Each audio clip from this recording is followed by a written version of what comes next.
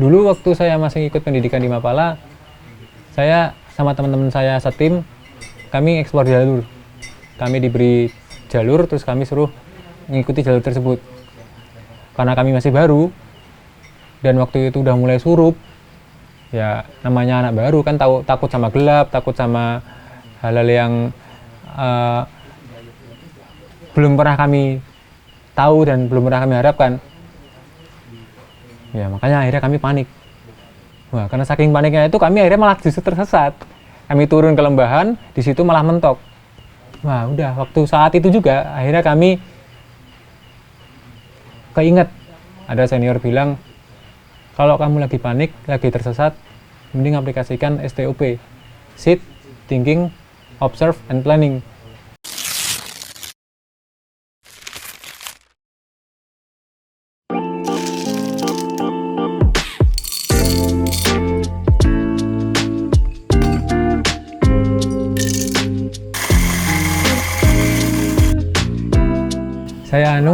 Saya menyelesaikan studi di Filsafat UGM tahun 2021 ini. Saya baru aja lulus kemarin, Mas.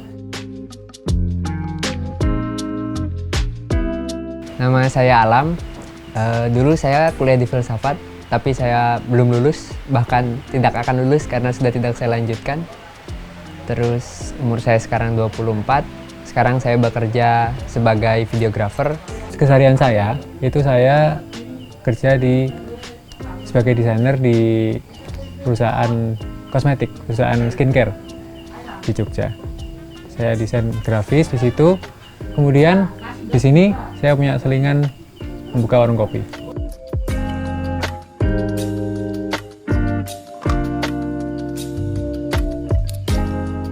Kenapa Kopi Prey ini bisa terbentuk? Saya pribadi dulu sempat berpikir bareng bersama teman-teman saya, bersama Mas Anung dan lain-lainnya, bahwa di masa pandemi yang terjadi ini, saya ngerasa ada satu hal yang membuat saya berpikir banyak gitu loh. Apa yang bisa saya lakukan di saat pandemi? Kerja enggak, kuliah enggak, ya cuman ngikutin alur aja, gimana Tuhan mau membawa saya, kan nggak bisa seperti itu juga. Itu hal yang saya tekankan.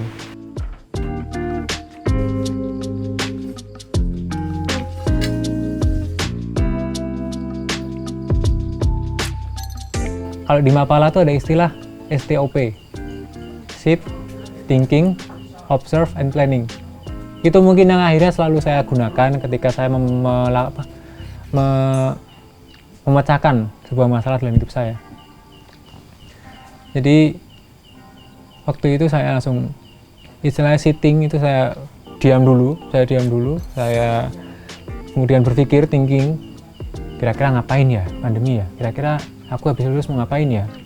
Karena memang waktu itu saya benar-benar kacau, saya benar-benar bingung, aku udah lulus nih, padahal saya udah kuliahnya lebih dari 5 tahun. Jadi itu sebenarnya saya bikin, karena saya bingung juga mau lulus mau ngapain gitu loh. Akhirnya udahlah, saya paksa diri saya untuk saya sitting, saya memposisikan diri saya nyaman, kemudian saya thinking, saya berpikir, terus saya observe nih, saya melihat apa kira-kira potensi yang ada di sekitar saya. Kebetulan sekali ayah saya tuh pelukis, ya mungkin teman-teman sudah kenal, namanya Katirin. Terus rumah kami itu ada di atas gunung. Nah ini yang menurut saya, wah ini udah mulai merupakan peluang nih. Terus nah di rumah kami ini mau terencana dibikin galeri, dan memang cita-cita dari keluarga kami itu dari lama, kami pengen membuka sebuah usaha, karena di gunung di rumah kami ini merupakan tempat wisata.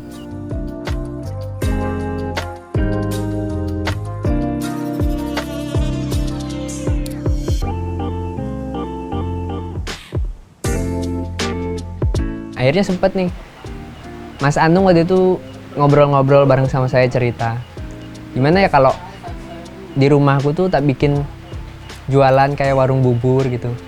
Wah menarik gitu. Tapi siapa yang masak? Pertanyaanku yang langsung tersirat. Mamahnya. Oh seru katanya.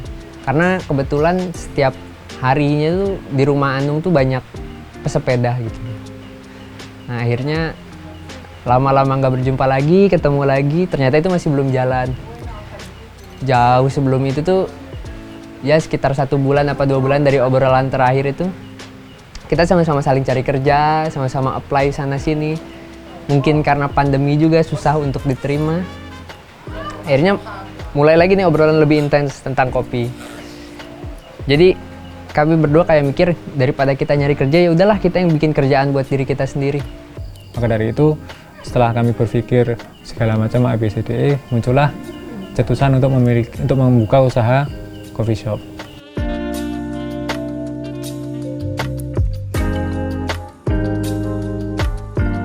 Balik lagi jauh ke sebelum itu, ada pelajaran yang saya terima. Saya kuliah tapi tidak saya bereskan. Menurut saya itu adalah salah satu hal yang sebenarnya salah. Dan saya baru sadar itu setelah beberapa tahun kemudian. Balik dari itu akhirnya saya balik lagi ke Jogja. Kebetulan asal saya bukan di Jogja, saya dari Bandung, kuliah bareng di Filsafat hingga masuk Mapala Pantare.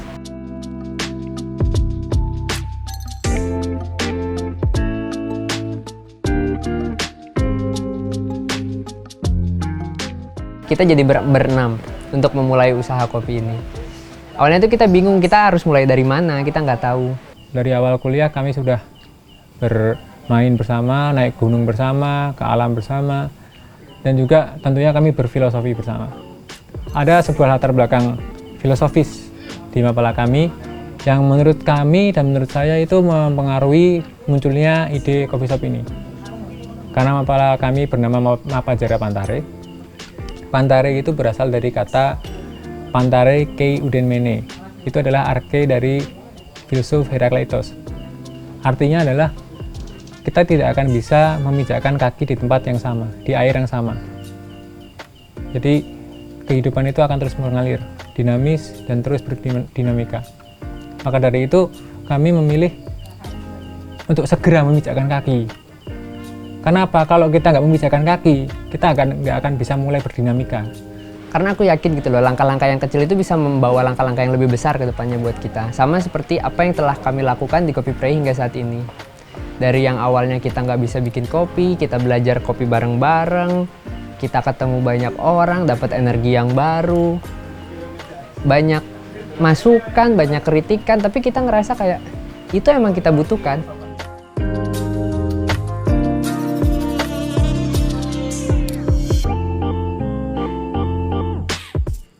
Usaha ini berjalan sudah sejak April 2021. Awal mulanya memang sangat sekali minim, dari pencahayaan, perabotan, terus menu-menunya. Namun kami terus mencoba mengembangkan itu karena seperti prinsip tadi, kami harus dinamis. Kami harus bisa menyesuaikan dan berkembang terus kami harus bisa menyesuaikan dan berkembang terus untuk menjadi sesuatu yang kami impikan. Satu hal sih yang aku yakinin waktu itu, ini waktunya. Kalau kita nggak mulai dari sekarang, nggak akan jalan lagi. Udah banyak obrolan-obrolan yang kita bicarakan untuk membuka sesuatu, untuk memulai pekerjaan. Sebenarnya kan lebih ke bagaimana kita menjalani dulu. Kenapa kami memilih nama ini Kopi Prei? Kopi Prei berasal dari dua term, yaitu kopi dan prei. Kopi sendiri saya yakin teman-teman tahu apa itu makna kopi. Namun prei mungkin hanya orang Jawa yang mengerti. Prei ini bisa diartikan sebagai libur. Pertama libur, terus kedua bisa diartikan sebagai istirahat sejenak, ketiga bisa diartikan sebagai leren misalnya, atau meluangkan waktu. Atau kalau keempat, kalau teman-teman pernah dengar di tukang parkir itu sering bilang prei. Itu maksudnya kosong, sepi nih, sepi. Kenapa kok maksudnya kami mengambil prei?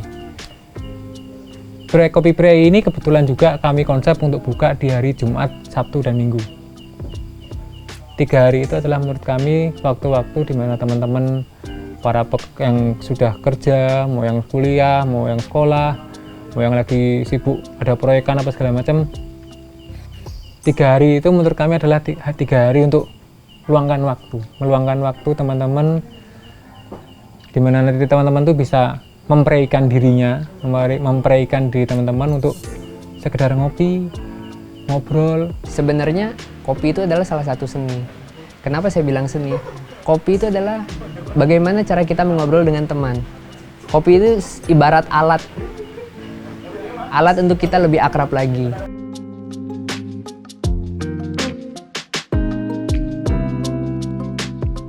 Kalau dari faktor-faktor lainnya, Kopi Prei ini tempatnya lumayan jauh dari pusat kota di Jogja. Mungkin bisa sekitar 15 atau 30 menit kalau dari kota Jogja. Nah, kebetulan juga Kopi Prei ini terletak di Jalan Piungan mengarah ke Wonosari, hampir mendekati ke Gunung Kidul. Weekend itu biasanya teman-teman kalau pernah wisata ke Jogja ya, pasti mengarahnya langsung ke pantai, Gunung Kidul gitu kan. Nah, di Kopi Prei ini terletak di jalur ke sana.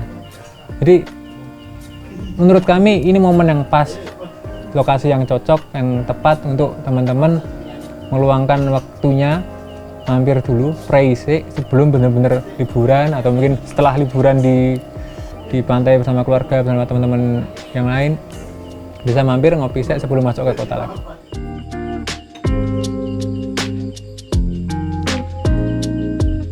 Pertama kali saya di sini tuh karena ada salah satu teman saya yang merekomendasikan salah satu kopi di dekat Jogja gitu, dan akhirnya pertama kali kesan pertama datang ke tempat ini, saya merasakan bahwa ini kopi yang punya nuansa yang berbeda dengan kopi yang lain. Bukan hanya menjual kopinya, tapi nuansa dan suasana menjadi energi sendiri untuk kita bisa bercerita. Tahu tempat ini sih, sebenarnya rumahku tuh nggak jauh dari sini ya, daerah Piungan juga, daerah Petir sebenarnya. Ya sekitar 3 kilo lah dari sini. Kesan pertamanya sih menarik tempat ini sebenarnya, kayak ada beberapa kayak lukisan gitu yang tersebar di mana-mana. Terus juga suasananya yang benar-benar fresh, karena kan di atas gunung nih tempatnya. Ya gitu, benar-benar fresh, seger tempatnya gitu, apalagi buat ngopi, kan dingin nih tempatnya, ngopi sama rokok sama suasana yang dingin tuh lebih asik gitu. Saya pun selaku sutradara selalu ingin mencari tempat-tempat yang memang menurut saya, perspektif saya adalah perspektif yang punya khas yang berbeda, punya aroma yang berbeda, punya gaya yang berbeda, dan saya kira saya menemukan ini di Kopi Prei gitu. Walaupun saya dari Klaten, saya beraniin untuk berangkat dari Klaten ke Jogja untuk datang ke Kopi Prei, karena itulah menurut saya tempat di mana saya bisa merasakan kenyamanan di dalam membuat ide, di dalam merefleksikan ide menjadi sebuah film. Dan saya kira Kopi Prei sudah menghadirkan itu. Kedepannya sih mungkin kalau buat aku, kan aku kadang-kadang pagi tuh gabut depan komputer, kuliah juga gitu. Sarannya sih kayak lebih baik buka lebih awal sih gitu. Jadi kalau gabut bisa langsung ke sini gitu, nikmatin, ngadem lah gitu bahasanya. Saya kira penting banget promosi untuk bisa mendongkrak cara-cara meminum kopi ataupun cara-cara berkesenian di dalam seruput kopi di Kopi Prei ini untuk disebarkan di pengunjung yang belum kesini gitu.